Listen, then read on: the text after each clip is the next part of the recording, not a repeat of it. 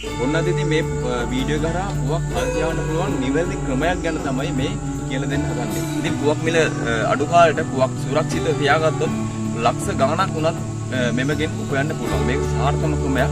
ඉතින් ඔයාලත් කරලා බලන්න හරියටම හරි. ඉතින් ඔන්න 2024 මැයි 7 වෙනිදා දාපු සුරක්ෂිතව තියාගත්ත පුවක් ටිකක් තමයි මේ ඔයාලට පෙන්වන්න යන්නේ. මම මේක ඔයාලට බලන්නත් එක්කලා මම දාපු දවසේ 2024 5 වෙනි මාසේ 7 තමයි මම මේ පුවක් ටික දැම්මේ. ඔයාලට බලා ගන්න පුළුවන්. මේ තියෙන්නේ මුල්ම දාපු දිනය. දැන් අපි මේ පුවක් ටික එළියට නම් බලමු කොහොමද කියලා.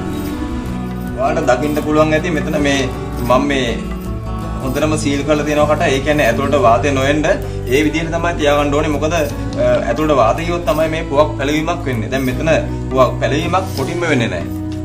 අපි දැන් මේක ඕපන් කරලා බලමු මේ පුවක් ටික මොකද වෙලා තියෙන්නේ කියලා. ඉතින් සාක්ෂි සහිත තමයි මේ ඔයාලට ඉදිරිපත් කරන්නේ. මේක සාර්ථක ක්‍රමයක්. මොකද මම දන්න හින්දා තමයි මේ ක්‍රමය කියලා දුන්නේ ඔයාලට. ඔන්න පුවක් ටික බලා ගන්න පුළුවන් ඔයාලට. එන්න පුවක්. ඉතින් ඔයාලට පුවක් ගෙඩියක් කපලම් පෙන්නන්නම් කිසිම අවුලක් වෙලා නැහැ. මේක වෙන්නේ නැහැ. බලාගත්ත හැකි පුවක් ලෙල්ල අවපහ වෙලා විතරයි මෙතන වෙලා තියෙන්නේ. මම බලා ගන්න.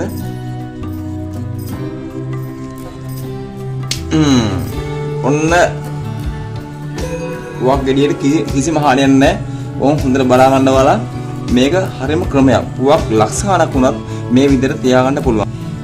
අර ගෙඩියට වැඩි මේ ගෙඩිය පොඩ්ඩක් අවපහ වෙලා වැඩි. නමුත් කිසිම හානියක් නැහැ. මම ඒකත් කපලා පෙන්නන්න ඔයාලට බලා ගන්න පුළුවන්. දැක බලා ගන්නත් පුළුවන්. ඒ ගෙඩියත් ඔව් ඒ කිසිම හානියක් නැහැ. මේ හොඳටම තියෙනවා. ඉතින් මේ පුවක් සුරක්ෂිතව තියාගන්න පුළුවන් මෙන්න මේ විදිහට තමයි හරිම ක්‍රමය. ඉතින් පුවක් තියාගනිද්දී වැහි වතුර නොවෙන්න මේ වගේ මෙන්න මේ වගේ සීට් වලින් හරි ඔළුව හරි සෙල්ලි කරපු ගයක් ඇතුළේ තමයි තියාගන්න ඕනේ. මොකද එහෙම වුණොත් වැහි වතුර වෙන්නොත් එහෙම මේක සාර්ථක වෙන්නේ නැහැ. අවුරුද්දක් වුණත් මේ ක්‍රමයට තියාගන්න පුළුවන්. මොකද මම මාස 10 කියන පස්සේ කලින් මාස දෙකකට කලින් ගත්තේ ඔයාලට පෙන්වන්න ඕන නිසා සාක්ෂි සහිතව. ඉතින් මේක සාර්ථක ක්‍රමයක්.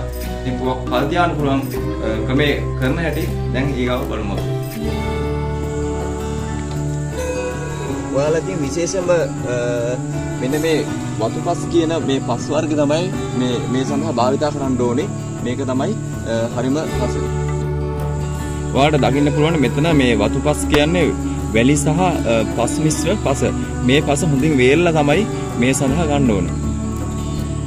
ඔයාලා මුලින්ම පාවිච්චි කරන්න ඕනේ ඉතින් මේ වගේ පොලිතින් නැත්නම් කළු පොලිතින් ගන්න මේ සඳහා. ඒ වගේම පුවක් ප්‍රමාණය වැඩි නම් අඩි 3ක් බලලා මේ ඝනකම තියෙන පොලිතින් තමයි භාවිතා කරන්න ඕනේ. වතුපස් මෙන්න මේ වගේ හොඳින් වේලා ගත්ත වතුපස් තමයි ඔයාලා ගන්න ඕනේ. ඉස්සෙල්ලාම දාගන්න ඕනේ වැලි තට්ටුවක් දාන්න ඕනේ ඉස්සෙල්ලාම. වතුරේ තට්ටුවක් දාන්න ඕනේ ඉස්සෙල්ලාම. එන්න මේ විදිහට.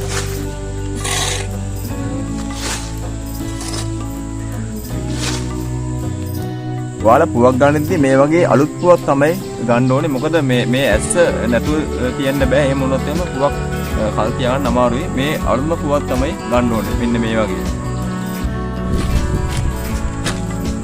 ඉස්සෙල්ලාම පුවක් අඩු කරද්දී මෙන්න මේ විදිහට මුලින්ම අඩු කර ගන්න ඕනේ. මෙන්න මේ විදිහට.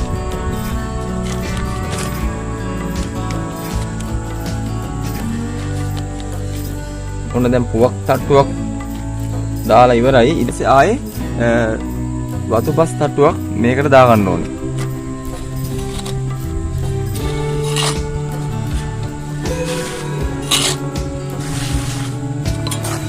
ඉතින් මේ මම මේ වල ක්‍රමයේ කියලා දෙන්න ඕන හින්දා තමයි මේ පොඩි කවරයක් පාවිච්චි කරේ.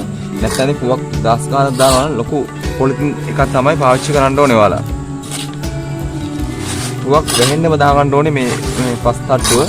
ඊගාව තට්ටුව දාන්න කලින්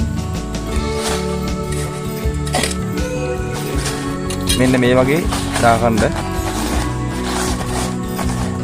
ඔන්න දැන් ඉතින් ආයෙත් මේ නැවත පුවක් තට්ටුවක් දාගන්න ඕනේ. මෙන්න මේ විදිහට. පුවක් සාමාන්‍ය එකට එකක් ගෑවෙන්න තියන්න එපා. මෙන්න මේ වගේ දුරස් කරලා තියන්න.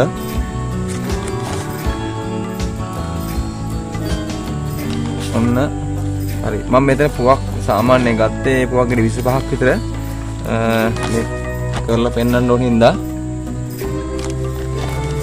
ඊට පස්සේ ආයේ මේකට පස් තට්ටුවක් නැවත දාගන්න ඕන.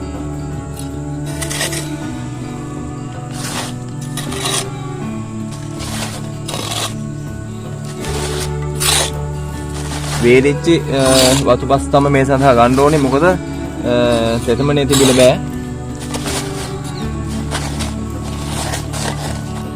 පුවක් ගෙඩි 25 දාගෙන ඉවරයි. දැන් තියන්නේ ආයේ වැඩි පුර ප්‍රමාණයක් මේකට වතුපස් එකතු කරගන්න. මෙන්න මේ.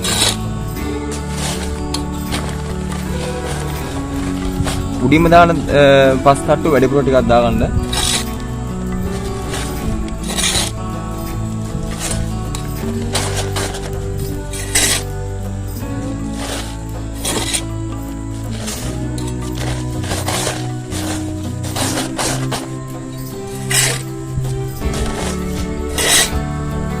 ඔන්න හරි.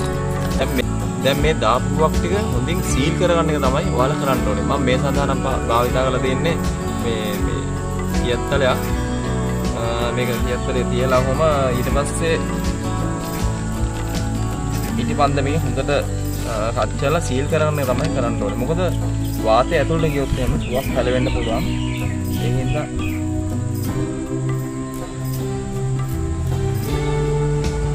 මෙන්න මේ විදිහට හොඳට සීල් කරගන්න ඕනේ කට.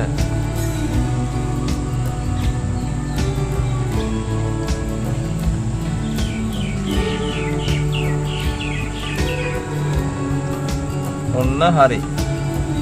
දැන් මේකට වතු කියන්නේ වතුරවත් ඒතකොට මේ වාතයවත් ඇතුළට නොවෙන්න සුරක්ෂිතව හොඳ තැනකින් තියාගන්න ඕනේ. ඒ කියන්නේ වහලයක් යටකින් තමයි තියන්න ඕනේ.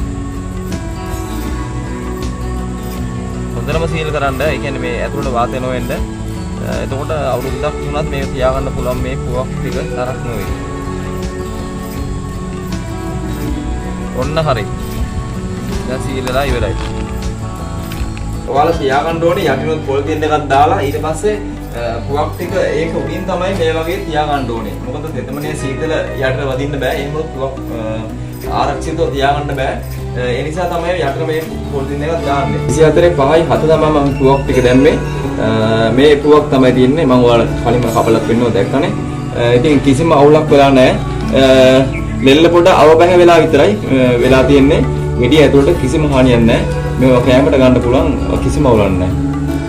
පුවක් එකේ මේ වගේ පොඩක් ඔයක් දැම්මම කිසිම අවුලක් නැහැ. මේක කාන්න දැම්ම කියලා අවුලකුත් නැහැ. දැම්ම කියලා අවුලකුත් නැහැ. ඒ සාර්ථක ඔන්න ඉතින් සාර්ථක ක්‍රමයක් තමයි මම මේ ඔයාලට කියලා දුන්නේ. පුවක් අවුරුද්දක් තියාගන්න පුළුවන් හරිම ක්‍රමයක්. ඉතින් දීර්ඝව channel එකේ මම කලින් මේ පුවක් සම්බන්ධ වීඩියෝස් කරා. ඒ වගේම සාක්ෂි සහිතව ඉදිරිපත් කරන්න ඕනේ තමයි නැවතත් මම මේ පුවක් වීඩියෝ එක මේ කල්යාණ පුවක් වීඩියෝ කරේ. ඉතින් සාර්ථක ක්‍රමයක්.